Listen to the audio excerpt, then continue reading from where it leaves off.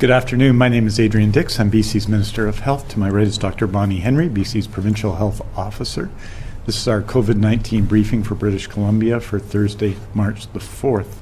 We're honored to be here on the territory of the Lekwungen-speaking people of the Songhees and the Esquimalt First Nations. Tomorrow, Friday, at around 3 o'clock, we'll be providing a written briefing with relevant information, including case numbers for COVID-19 in British Columbia.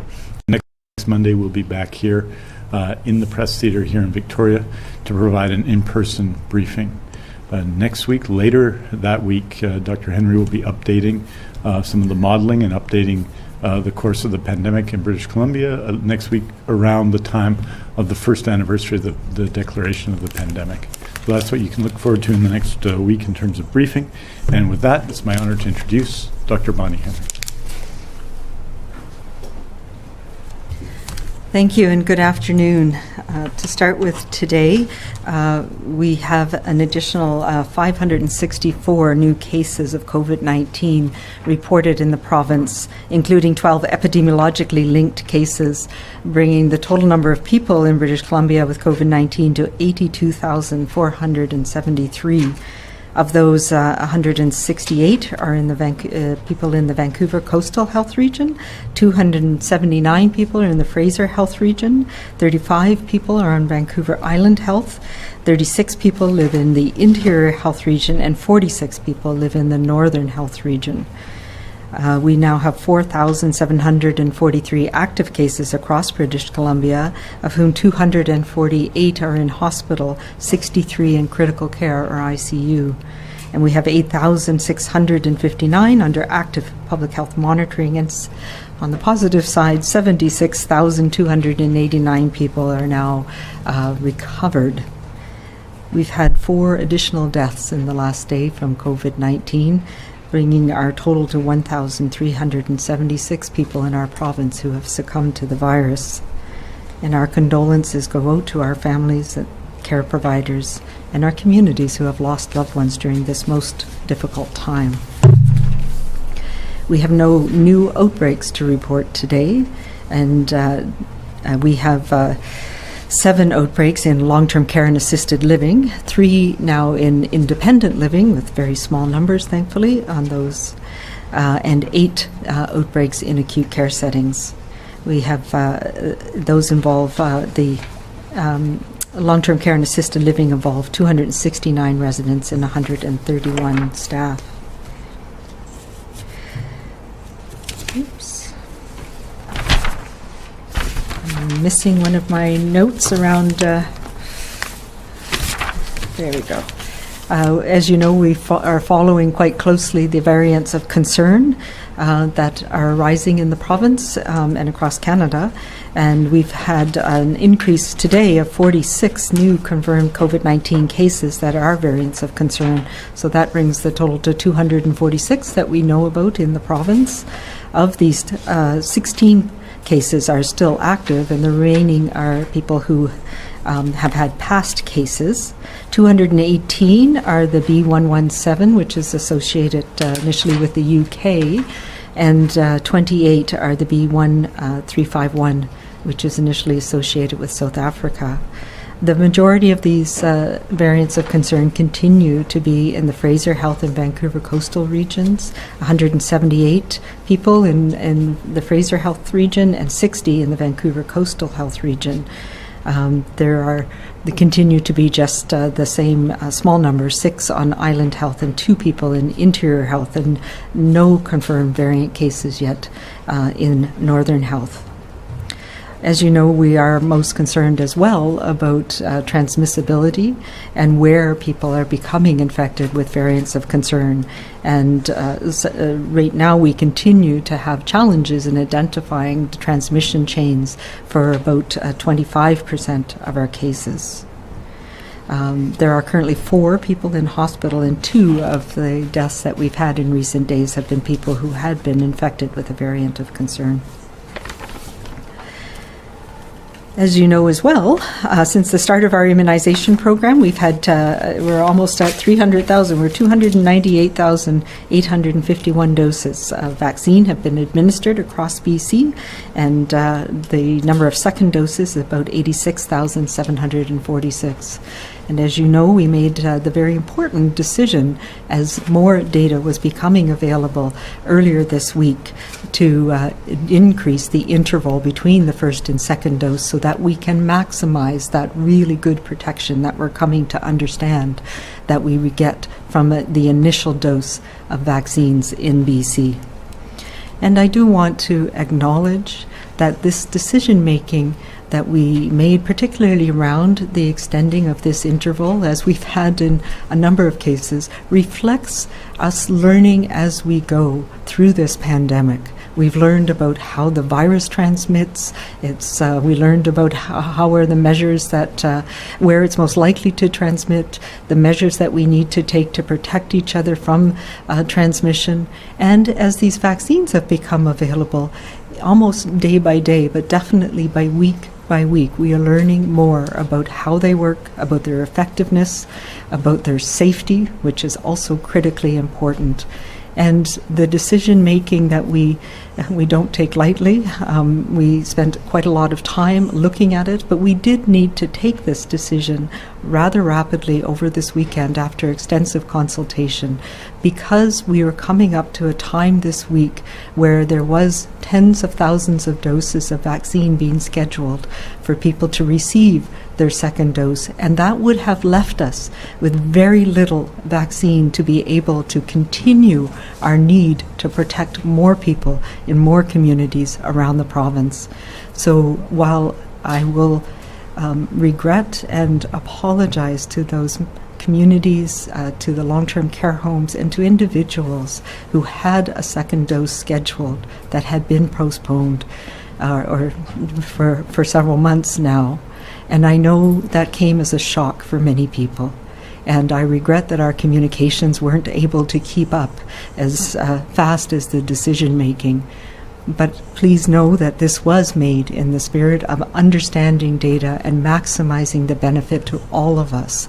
And that dose you didn't receive on Tuesday or Wednesday or today is now being administered to a community member, to another member of our family, our community here in BC, to protect them. And ultimately, it will bring us all closer to getting to our post-pandemic world.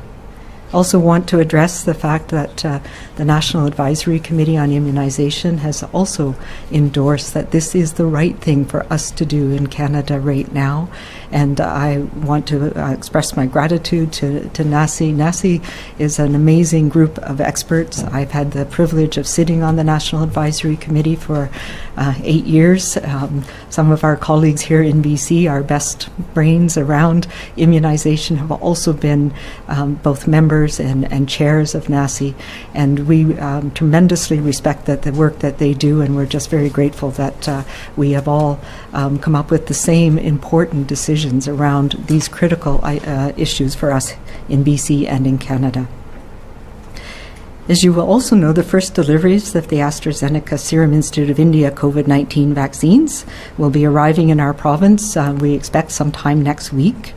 This vaccine will be made available to first responders and other essential workers, and the delivery of these vaccines will run in parallel, but separately from our age-based community-wide immunization program. And when I say that, we had in our initial plans, it was looking at phase 3 and 4, because that's what we understood these vaccines would be available. So it is an added bonus to us that we now have these vaccines earlier in this program. But I also recognize that the category we're talking about, first responders, essential workers, is a very broad group of people. And we have come to recognize through this pandemic how many people absolutely are essential workers, or people who cannot work from home. And we know that that covers a broad swath of people. So as we have done with our immunization so far, we will prioritize our delivery of these vaccines accordingly. And I want to be clear, this is not a random process. This is not me making a decision out of the blue. We follow a very defined process. And I referred initially to NACI, the National Advisory Committee on Immunization. Earlier on, when this pandemic started, we all went through a process of determining who vaccines could be available to, who would be the priority populations if and when vaccine became available. And those lists, those categories have been refined and revised over the period of the last 10 months. And since we've had vaccines available, they've been revised again. Early on, we didn't know if vaccines would be effective in older people, as many other vaccines are less effective. But we now know that they do work, and they work very well in older people. They work well in people with chronic illnesses. They work well in many populations. So that's allowed us to monitor and change things a little bit in terms of that. And here in BC, we have a long-standing BC Immunization Committee that is also made up of experts from public health, from vaccinology, the Vaccine Evaluation Centre. We have pharmacists and family doctors and infectious disease specialists and others who have sat on this committee for many years. It rotates periodically, and it's supported by the BC Centre for Disease Control. And so our recommendations around who gets vaccine when are based on using the NACI guidance, looking at the data in the real world, and the analysis that's done by our standing committee, the BC Immunization Committee, which is our provincial level equivalent. And this committee uses public health, both the immunology, vaccinology, vaccine science, and public health principles, as well as an ethical framework. And I would refer people to the BC CDC website, where we have our ethical framework for decision making around vaccines as well posted. So based on this information, we will the BC Immunization Committee is right now going through a process of defining who should receive vaccine when, as it becomes available, and that we will ensure that those groups are then sequenced and we put the operational pieces into place. So those recommendations I expect are coming to me in the coming days, and based on this information, a detailed plan will be developed over the next week to 2 weeks, which we will share publicly as soon as we have those details ready, and I'm hoping and expecting that will be around the 18th of March. In the meantime, we are planning to use the initial shipment of the AstraZeneca vaccines, the Serum Institute of India vaccines that are coming available as soon as we can, to address our ongoing clusters in outbreaks that are leading to some of these rapidly increasing numbers in some places, some communities, to best protect our communities. So we know that there are some outbreaks right now that have been going on, that have been challenging to manage, where immunization is going to be that extra tool to help us manage those, so that we can stop that cycle of workplace to community transmission. And that will be our focus initially. So also today, I wanted to bring us up to date on something that we've also talked about quite a few times over the last number of months, and that's our strategy and our plan for use of point-of-care testing. So part of our response, we are using these rapid tests as another tool to support public health contact tracing and outbreak response efforts. And we have a strategy that has developed and evolving since we started to receive these tests early November of 2020. So there's a couple of things that we need to sort out. When we talk about rapid testing and point-of-care testing, we do have some PCR. So PCR is the lab-based testing. It's our gold standard. It's the one that we use for a diagnostic test for COVID-19. It's high sensitivity, so it's the most accurate of the tests that we have. And we do have some machines that are able to be used in smaller settings that are outside of a laboratory. So they're called Gene Expert or BioFire machines. And we received some of those earlier on. We had a few here in BC already that we repurposed to be able to put in smaller communities. And the whole purpose of that was try to reduce the turnaround time from when somebody got a test to when they got the results. And we report on turnaround times. And for PCR testing, the turnaround time now is less than 24 hours in most places.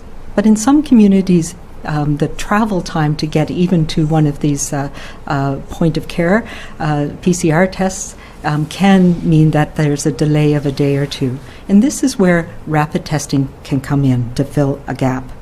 So when we're talking about these rapid tests, the point of care rapid tests, we're talking about two types of tests that have come into BC. One of them we call a RAT, which is the rapid antigen test. So it looks for the antigen in the swab, and it's what we call it a laminar flow test. So that's the little ticket test. Right now, those still require either a nasal pharyngeal or a nasal swab. So you have to stick the swab up your nose. It can't yet be used with the swish and gargle and spit test. Those ones we use in places where you can do multiple people at a time. The other one that we've had in Canada that we started to receive in November was nucleic acid amplification tests, so RNATs. And these ones are more sensitive, they're a little bit more accurate, but they also require a nasal pharyngeal swab. Initially, nasal pharyngeal swab. Very recently, we've got anterior nasal swabs. Those were only approved for use a few weeks ago. But these ones require a machine. It's a small portable machine, and it can only do one test at a time, and that's important to remember as well. All of these tests take about 15 to 20 minutes. So in October last year, when Government of Canada began to approve these point-of-care testings, we started to receive them at the end of October and into November. It's important to recognize, though, that there is a step that needs to be taken when these are shipped out to validate each lot of tests. And we do this for many things. It's a quality assurance process to make sure they work as they're supposed to. And that validation process could not be done in the scale that it needed to be done by the federal government. So we were required to do that here in BC. So we did that as rapidly as possible through the BC CDC, the St. Paul's Laboratory, and those tests were validated mostly in November and into December. Since that time, we've done 39 pilot projects across BC about where these tests can be used to try and determine where their best use is. We've used them in settings from long-term care facilities, rural and remote settings, so times when that turnaround time to get the more accurate test takes too long in our provincial correctional facilities. We've used them in a number of different situations to manage or to assess outbreaks in workplaces where we've had a number of workers who are positive. It allows us to rapidly assess the scope of how many people might be affected and to supplement it with PCR testing. We've been using it as well to help us understand whether there's been transmission from the variants of concern in school settings. So we did that, and the first time we used it was in Garibaldi High School, where all of the cohort who were infected, we used both the point of care testing, the rapid test, to understand anybody who might be infected at that time, but we also had to use the PCR test so that we could understand the accuracy of the rapid test. So we've also used it several times in schools when it will change management. And this is the principles that we are using these tests. They supplement the other measures that are in place, and they help us to understand when we need to do things rapidly. And there's two situations that we use them. One is when for testing of people with symptoms to determine whether they might have COVID or something else. This has been very helpful in situations where people have had a test 3 days before and they go for surgery, and the day of their surgery they have a bit of a cough or a bit of a runny nose. So a rapid test in that situation can help us know whether it's safe to continue with that surgery, and those are some of the situations we've been using here. We use it for testing of people in the downtown east side, for example, people in congregate living settings, when it's hard to tell if the symptoms they're experiencing are from COVID or from withdrawal symptoms. So they have been quite effective in those situations. The second place that we are using point of care or rapid tests are in people who do not have symptoms. And it is in that situation that it is more challenging to understand where the role of these tests is. We have been using it in a number of long-term care homes to screen healthcare workers when they come into work who don't have symptoms, to see if they may have COVID-19, asymptomatic shedding. And we've done that in 7 different long-term care homes so far. Of the thousands of tests that have been done, 2 of them have been positive. And both of those cases were in facilities that were having an outbreak.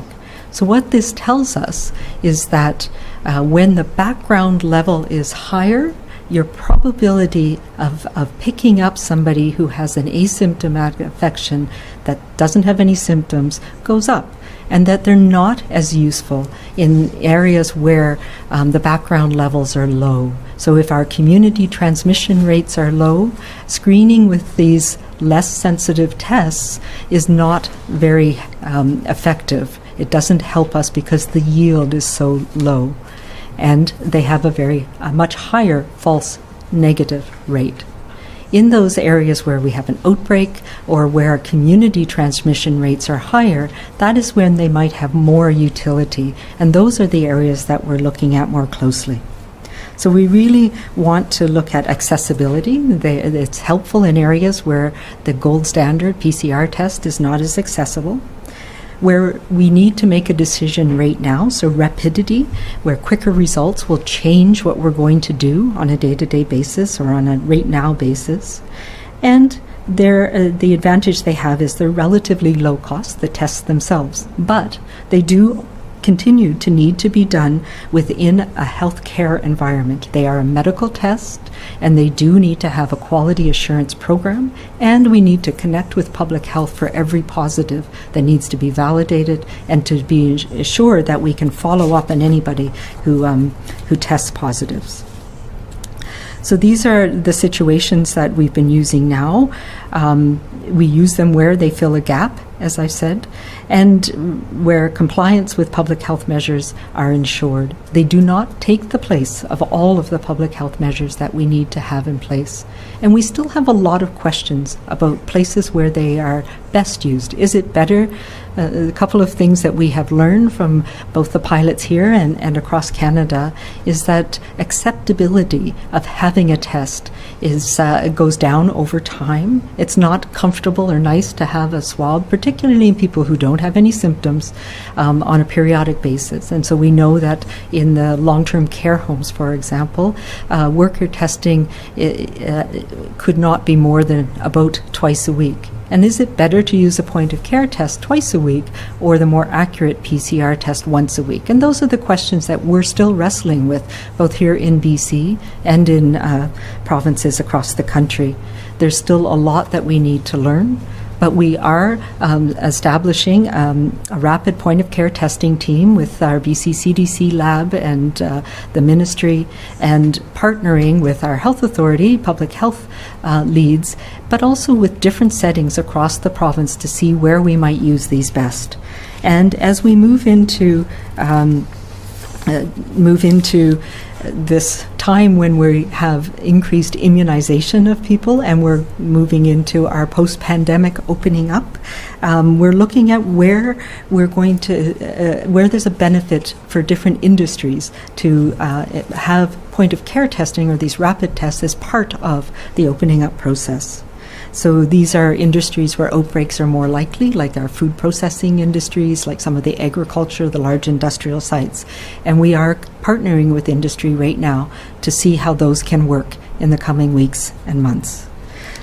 Which is all to say, these are challenging. We're learning as we go with testing, as we have with all the other aspects of this pandemic.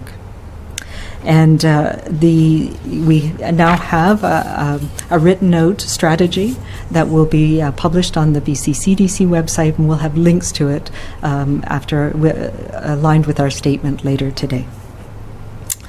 So with all that, I will summarize by saying, we are in a new place right now in the COVID-19 pandemic.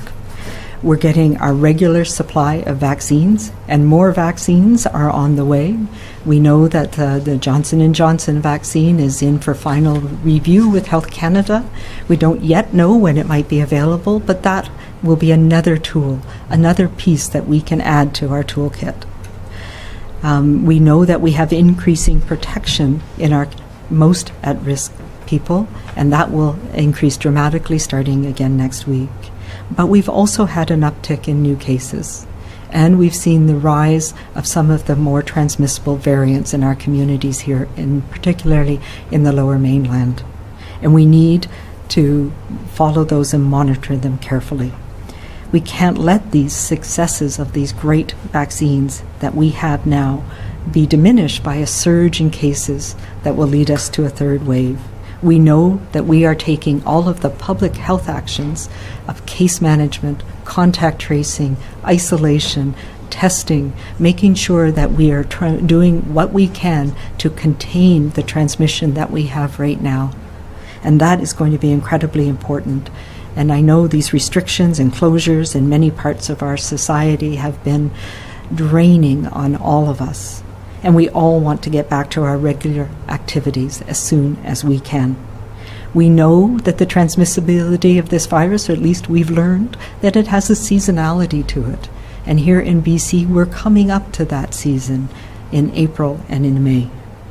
I'd like to assure everybody that we routinely, every day, but every week, review the measures that we are using to determine whether these restrictions are still needed, whether there are things that we can do now safely that we couldn't even a few weeks ago. And the work we do is ongoing. We have had a response that is a whole of province response, and everybody has been doing their part. And it's about using all of our tools through this next period of time until we have more people protected, until we have a handle on the transmission in our communities. And it is a whole new place that we are moving into very quickly. Brighter days are ahead. So let's continue to stay this course with our safety measures, staying small, staying local, so that we can get there even faster. And let's, of course, remember to continue to be kind and to be calm and to be safe.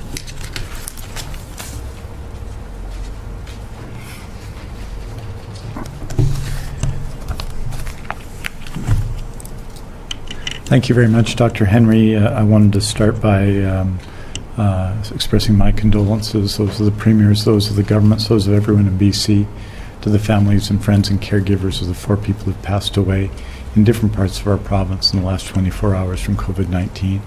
That number, of course, is since the beginning of the pandemic is 1,376, and we think of the 4 families today and all of the families who have lost loved ones in this pandemic. It is an extraordinarily difficult time because of public health measures, in part because of the circumstances of the pandemic, to grieve in the way that we need and as human beings to grieve, and we are thinking and are with all of you today.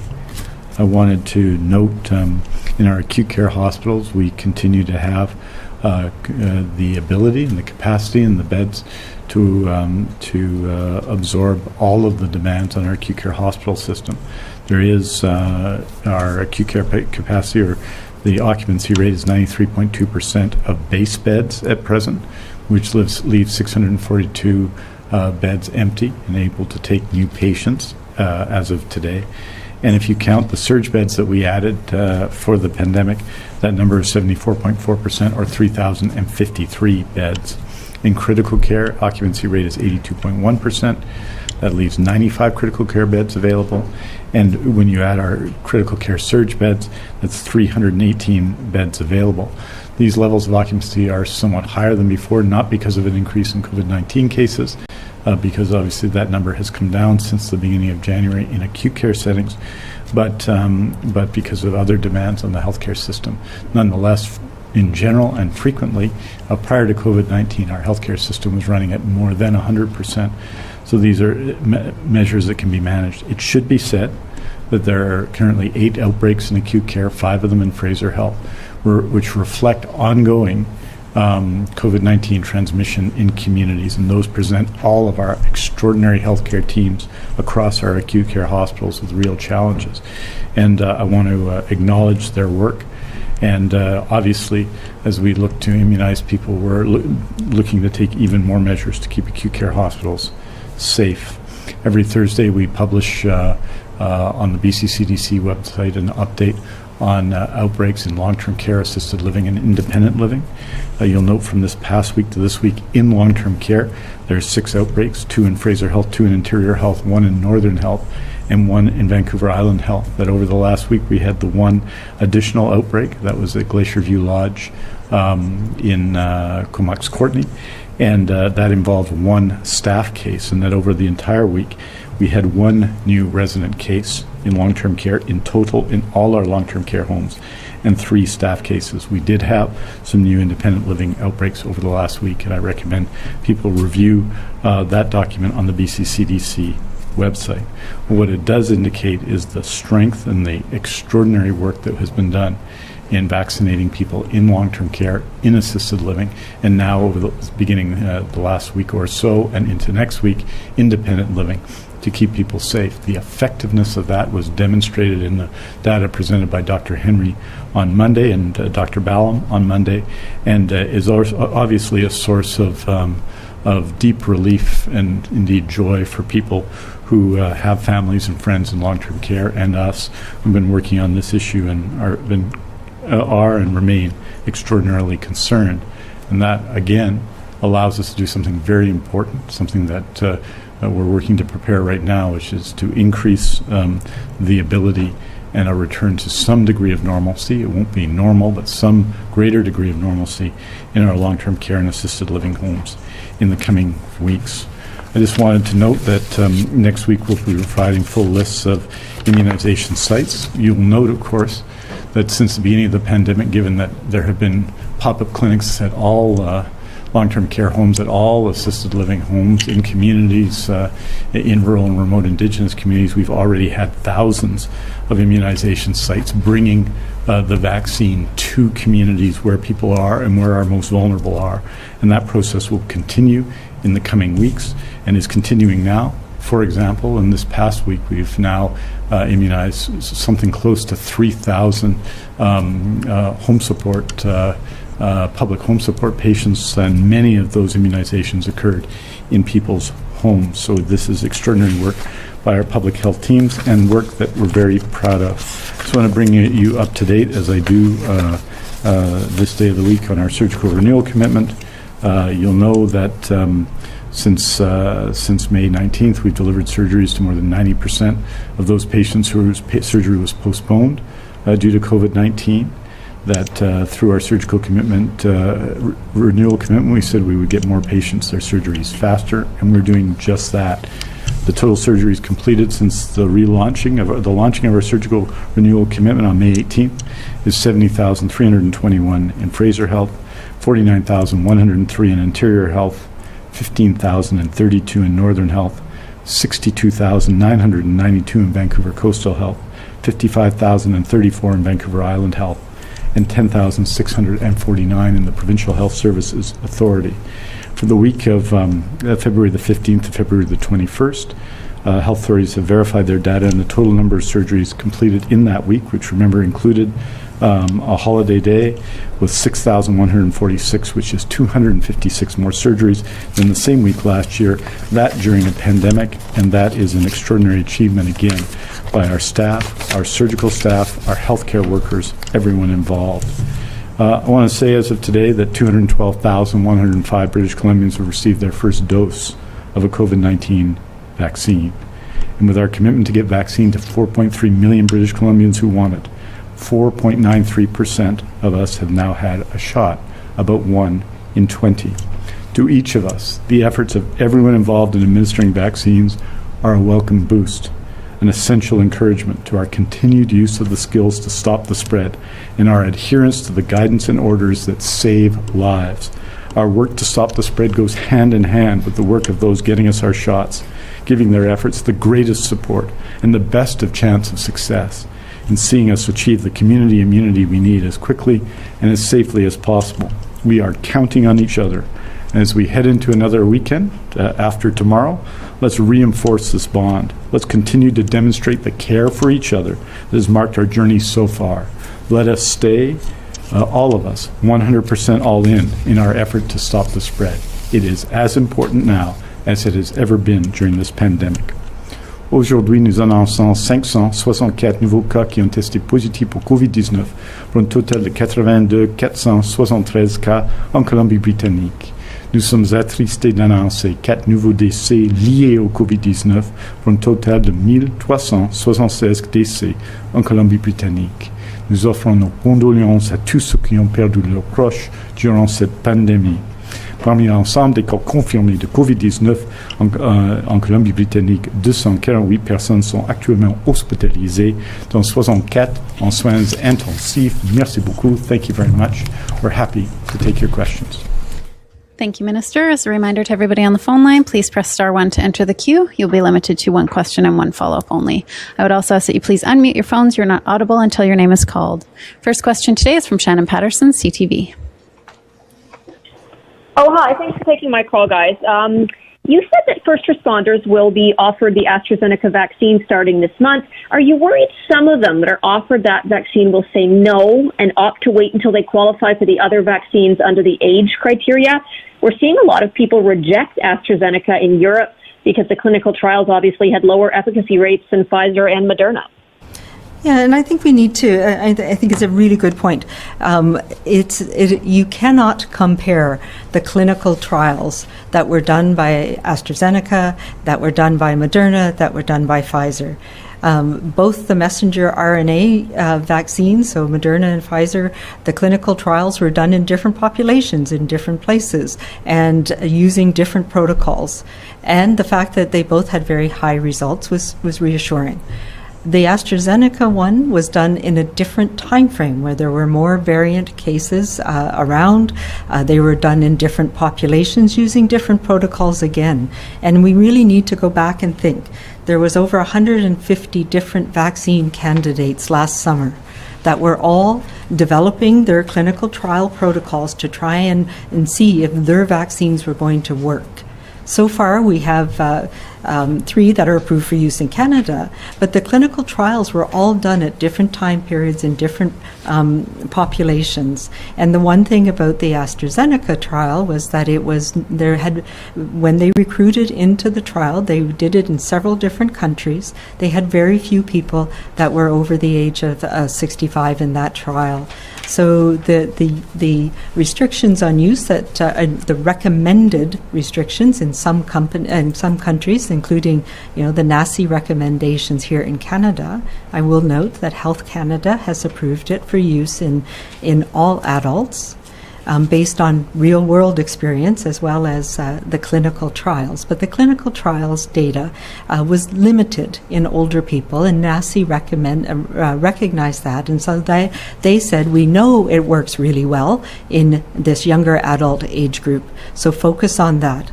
What we have been learning, and I mentioned that in my opening diatribe today, but we're learning as we go with this. It's rapid response research.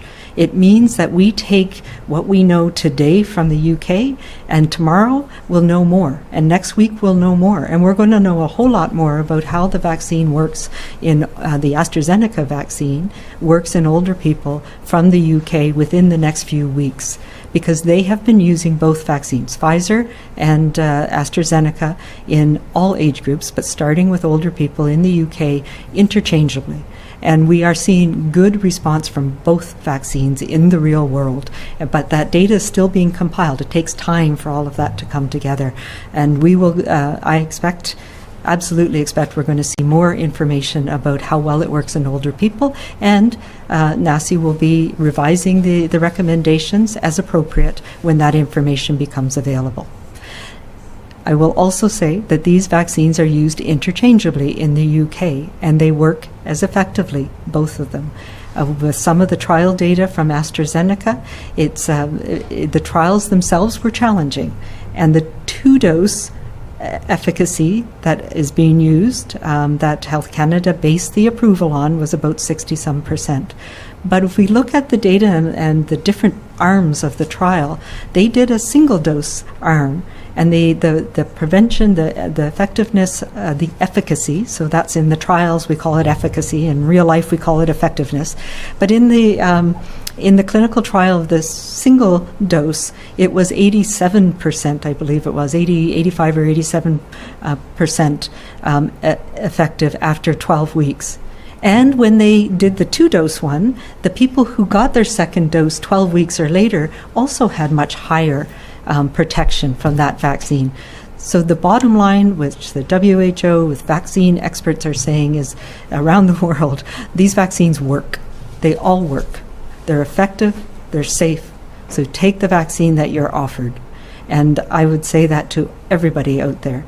The AstraZeneca vaccine works well. It has high levels of protection after 3 weeks. And we know that we may even find that it is effective for a longer period of time with a single dose, like the Johnson & Johnson vaccine. So the Johnson & Johnson and the AstraZeneca are both viral vector vaccines. So again, they're another new platform, similar to the messenger RNA vaccines are different, but they're the same type of platform. So we're learning more as we go. And yes, we will be coming out with a prioritization for people who are in our essential workers, people who can't work from home, first responders in the coming days. And the AstraZeneca will be the one that we'll focus on because it's fridge stable, which means we can be much more agile in how we're able to get it to people's workplaces and things like that. All of these vaccines are amazing, great vaccines. They're safe and they're effective. Shannon, do you have a follow-up?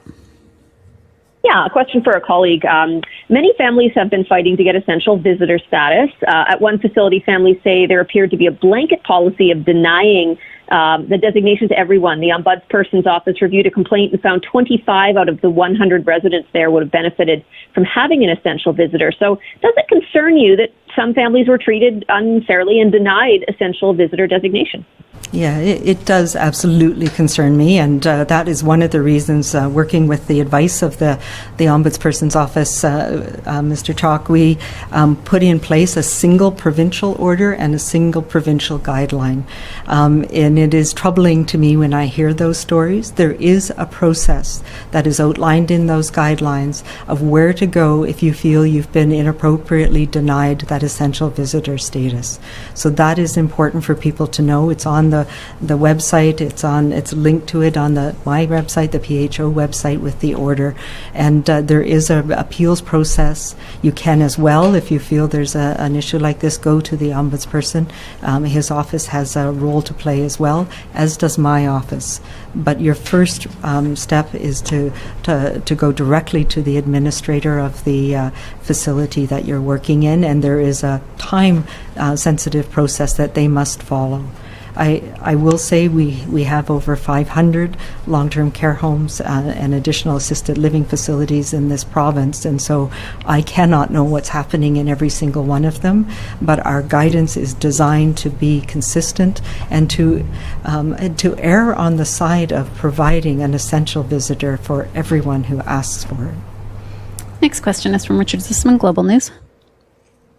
Dr. Henry, can you give us some details on what clusters will be targeted with AstraZeneca? Are we talking regional or types of clusters? And how many AstraZeneca vaccines are we expecting to receive with this expiration date of the end of March, beginning of April?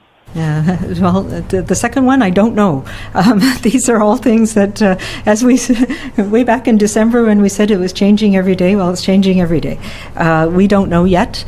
We understand that there's some proportion of the 500,000 doses that arrived that have an expiration of April 2nd and some that are much later in the month. So we don't have details on that yet. We don't have details of how much of which we'll be getting. There are a number of ongoing clusters right now. We can look at the data, and you can see that the rise in 7-day rolling average of cases, the outbreaks, the clusters we're seeing in communities are in the Lower Mainland particularly, and that's where some of the more recalcitrant outbreaks have been. Some of them are in food processing, some agricultural working. We're also looking, we've had some ongoing outbreaks in the north. So my public health team and the BC Immunization Committee are looking at where we can best stop these outbreaks that are ongoing in people who don't necessarily have the ability to effectively use personal protective equipment and barriers in their workplace. And food processing is the highest risk of those industries, and we've had ongoing outbreaks that affect large numbers of workers, and not only workers but the community. So people who are getting sick in a food processing plant in the Fraser Valley, many of them are lower paid workers who live in communal large settings, either communal settings or in multi-generational households, and the spillover into our communities that then is into other areas through transmission to family members. So those are the types of outbreaks that we can make a big difference on right away with added vaccine that we hope to get in next week. But the prioritization of that is with my public health leadership team right now. Follow-up, Richard? This is for Minister Dix, for a colleague. We're seeing rates of burnout from paramedics that are incredibly high. We've heard from one that said that 10 to 30 ambulances are down on a given night because of that burnout. What are you doing to address those concerns, and what do you say to British Columbians who may be underserved by paramedics because of the burnout that's happening from workers? Can I say a word first, just to put a shout out to my colleagues who work in the BC Emergency Medical Services and our ambulance paramedics everywhere in this province, the community paramedicine program. It has been an incredibly challenging time for paramedics and for all first responders, but with both of the public health emergencies that we're dealing with. And I know it takes a toll on us physically, but also mentally and emotionally as well.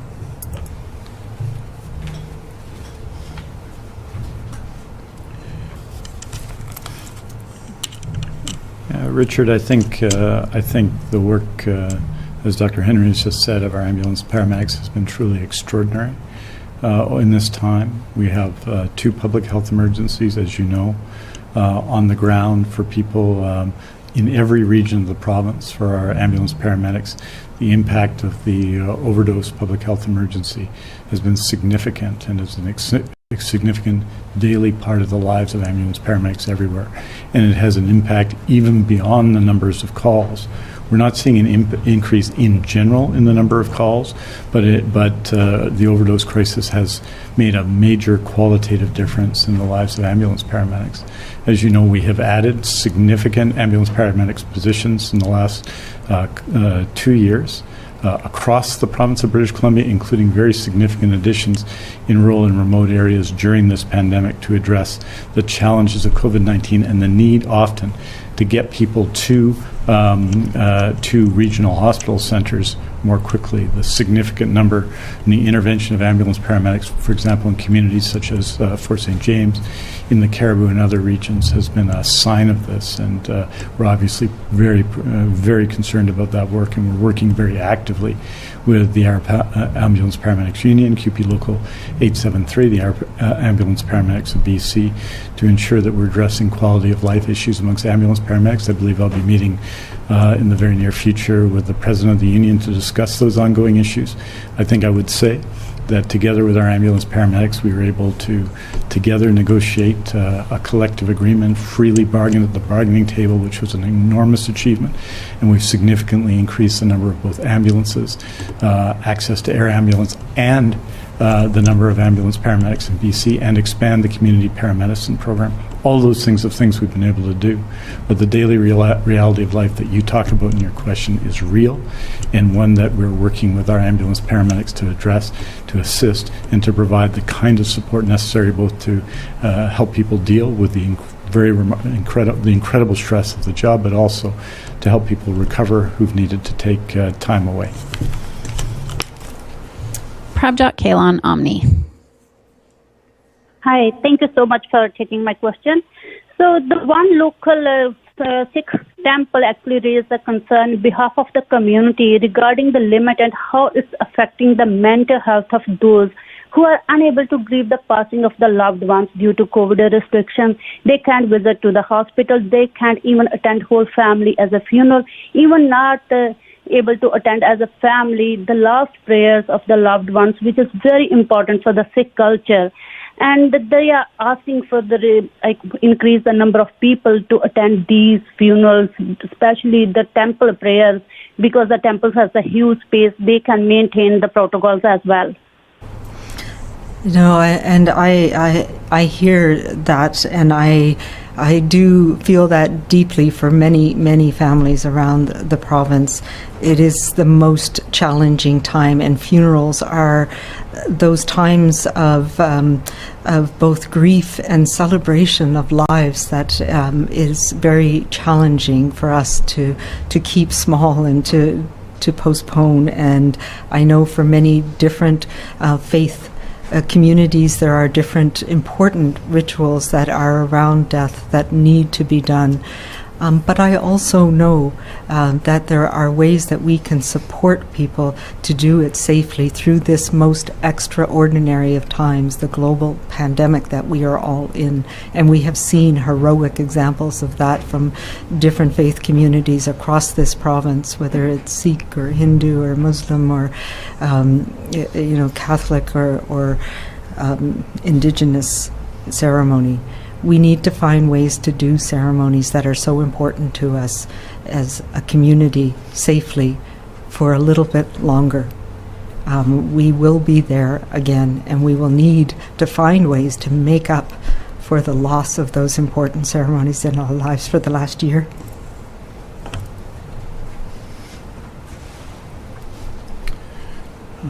I think many of my friends in the South Asian community, whether they're Sikh or Hindu or Muslim or other religions or Christian or other religions, have found this to be a particularly difficult time, as all people have in BC. A very dear friend of mine lost his father 2 weeks ago and held a memorial with 9 people in attendance, consistent with the rules, and spoke very movingly both about the power of that and the importance of that moment, but also the sense of loss at an event which undoubtedly hundreds of people would have otherwise attended, including myself. So people have been dealing with this throughout the pandemic, and we have to make a note of it, not just those who have passed away related to an infection of COVID-19, but everyone who's lost loved ones, who hasn't been able to fully grieve or fully recognize that loss. And so that's something that all of us are going to have to think about doing at some point in the future when restrictions are reduced. Find ways to come together to recognize, to celebrate the lives of the people that we've loved who have passed away. So we appreciate that. But I would say this as well. There are 568 cases today. The significant, even I believe the majority of those cases, overwhelming majority of those cases, at this time, it was different in January, but at this time, are in Metro Vancouver. Significant numbers of cases. About half of them, or a little more than half of them, in Fraser Health. But we have to continue to follow the measures and the guidance right now. And it's particularly important on gatherings. There are enormous numbers of important gatherings that people are not able to go ahead with right now, including sporting events, including religious ceremonies that are so important, such as weddings and funerals, not able to go ahead with in the same way that we would otherwise. Other events in communities, arts events. People often write me about the movie industry or about movies, about cinema and being able to go to a movie. And, of course, many events that bring people together in our own homes. But we have to stick together to stop the spread right now. We simply have to do it. And that means that these sacrifices, which have been enormous, and which all of us, every single one of us, have felt personally in the last year, because I doubt there's a person in BC who hasn't lost someone close to them in some way in the past year, hasn't known someone, a family member or a friend or others that you're connected with, or a workmate or whoever, who have not been lost in the past year.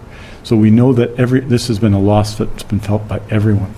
We have to ask people in every community, especially and people of faith and people such as you mentioned of the Sikh faith are one of those groups. We have to be with one another right now in solidarity, remain apart as much as possible right now and consistent with the rules and the guidance of public health. It is so important right now as we start to vaccinate people, 5% at this time, 1 in 20 of those eligible to be vaccinated, and making progress every day as we do this to stop the spread and make sure that we save lives and save suffering, to save people from suffering across BC. Prabjot, do you have a follow-up? Yes, please. The latest poll suggests 60% Canadians suffering the mental health issue due to COVID, or some experts suggest we might see the mental health tsunami after this pandemic. So is there any take on that? Yeah, and that is something that we've been watching very carefully as well. And we know from literature on other crises that a lot of it depends on the support that we get as a community. Resilience is really a community effect, more so even than an individual effect. Our ability to have our individual resilience is also dependent on our community. So that is a really important thing to remember that we know from previous crises. We also know that there is a sense of anxiety that comes with the uncertainty that we're living through, and that all of us are feeling it to some degree or the other. Some people are float above it, if you will, but many of us are feeling it intensely, and I'm particularly concerned about young people. Young people in their teenage and early 20s, because they have had the least ability to affect things, and their lives have been the most changed, and they feed or they have the anxieties that all of us as adults are feeling and projecting into the world as well. So, we need to pay attention to young people. We need to support them. We need to look to providing additional supports for the future for young people. Because if you're one of the young people in my life who graduated from high school last year and didn't have a celebration, who had very limited job prospects because of what we were going through.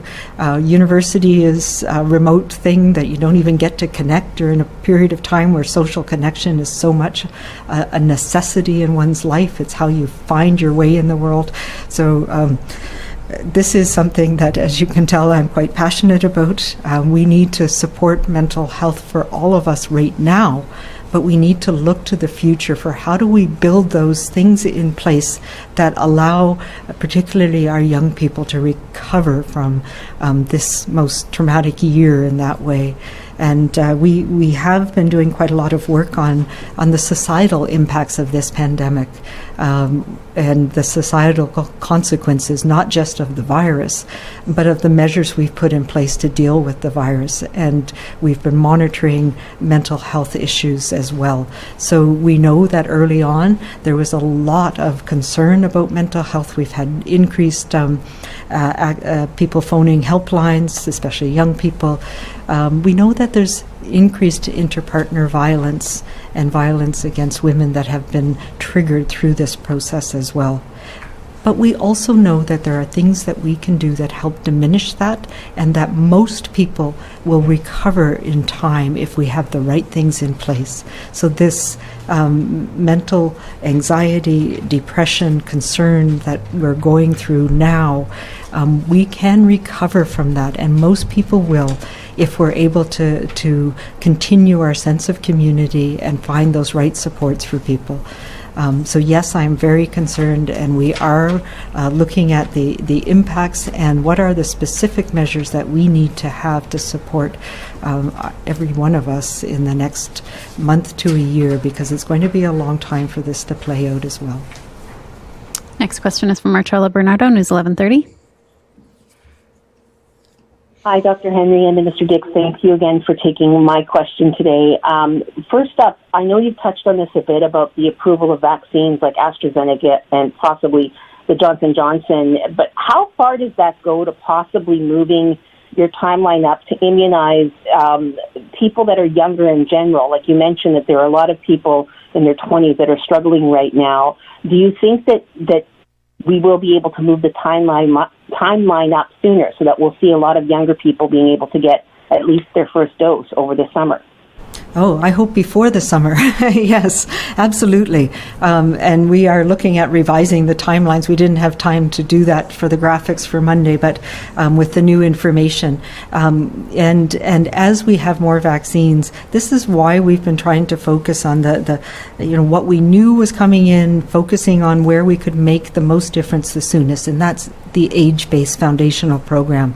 But with these additional vaccines and our ability to be more flexible in how we use them, we need to address those people who have not been able to work from others, away from others at home, and they are also, we know from the data on cases, people who are more likely to be transmitting. So in terms of being able to reduce the effects of the virus and transmission in the community, targeting as much as we can to essential workers and to frontline first responders, that's going to help us reduce transmission in the community. So it does that dual effect, and our goal absolutely is to make sure that we, I like to, I don't know, maybe I'm too optimistic, but we're going to be in our post-pandemic world by the summer if things continue to go the way that we want them to. We know there's going to be snags, so I hesitate to say that, but I think it was Eisenhower said, no plan survives first contact with the enemy, but we are going to do our best, and we are going to make sure that young people have that experience. And I think by the summer we're going to be able to be doing a lot more of those connections that we need, that's going to help us get through the trauma that we've all experienced together. Follow up, Marcella? I do, and I don't mean to be a Debbie Downer after what you just said, but with at least 16 schools in Fraser Health now recording at least one variant case, what extra measures are being considered to prevent the need for rapid response teams after the fact? Because we're seeing, at least 16 schools now that have variant cases recorded. What can be done to try to maybe preempt the need for rapid response teams going into schools? You know what can be done? The most important thing is reducing transmission in the community. That's where people are getting sick and are getting infected, and in the school environment we have the exposures.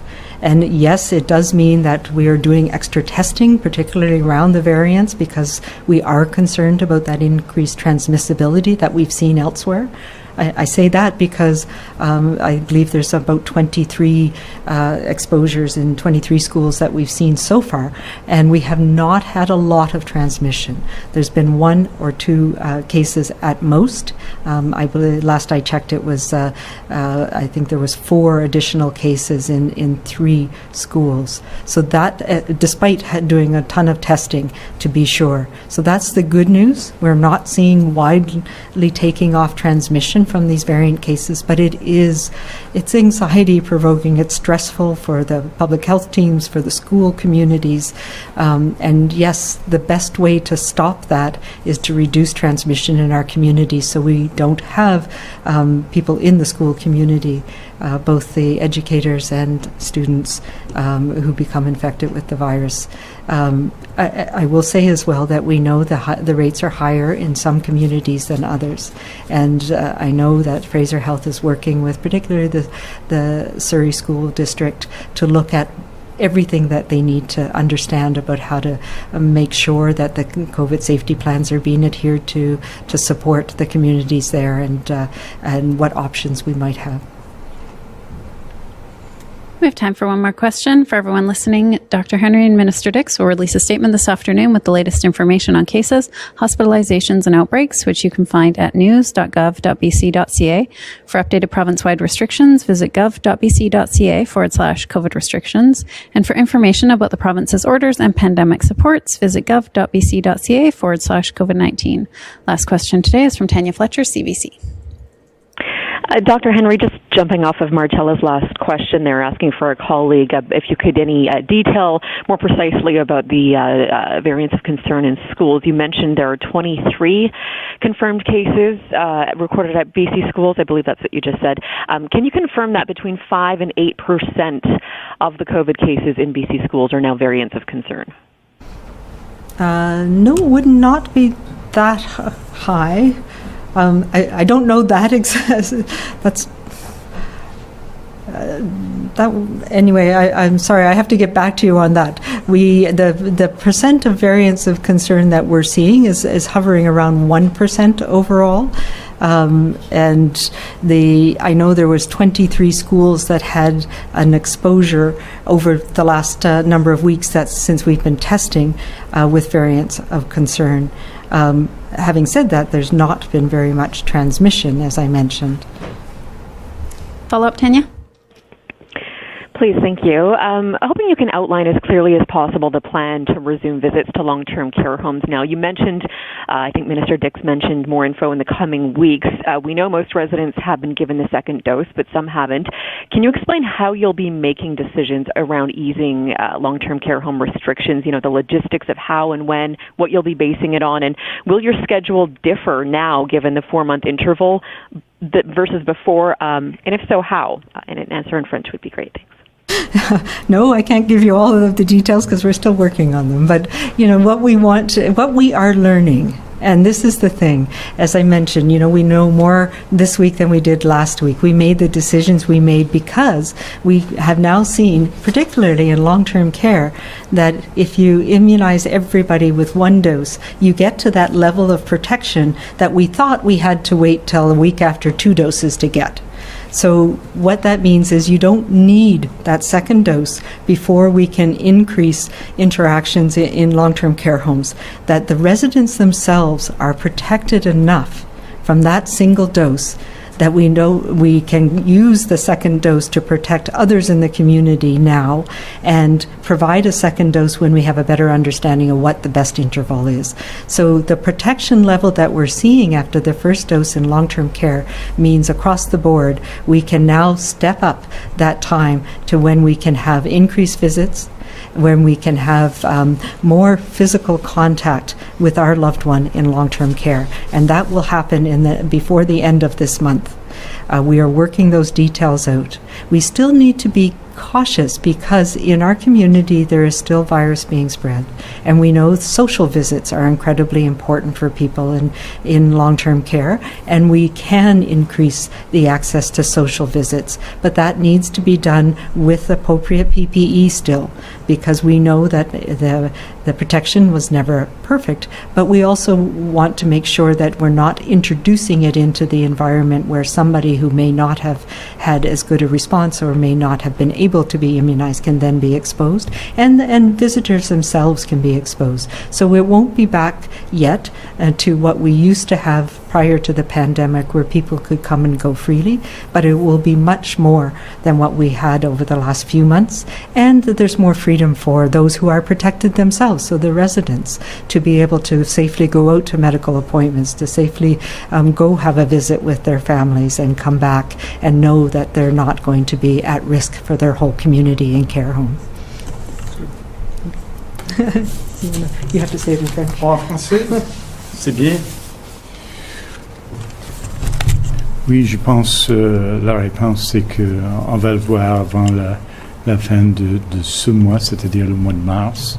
Nous n'avons pas changé notre intention à cause des changements sur le deuxième dose de cette semaine. Donc, on va continuer à travailler sur ces changements. C'est pas un retour au normal précédent, mais cela va ouvrir beaucoup les opportunités des gens qui habitent dans des maisons de soins à long terme. Ces gens-là, de pouvoir, par exemple, aller en dehors de leur résidence pour visiter leur médecin, par exemple, ou d'autres gens dans la communauté, et aussi d'avoir plus de visites pour les gens dans ces centres. Donc, je pense que on va avoir une nouvelle politique d'ici la fin du mois, et je pense que cela va beaucoup améliorer la vie des gens qui y habitent. Il faut ajouter qu'on est allé de beaucoup, nous avons eu beaucoup d'éclosions dans la province il y a un mois. C'est beaucoup réduit, et je pense que tout le monde peut lire notre rapport sur les éclosions dans les centres de soins à long terme sur le site web du BCCDC. Merci beaucoup. Thank you very much. We'll see you on Monday. Thank you for joining us.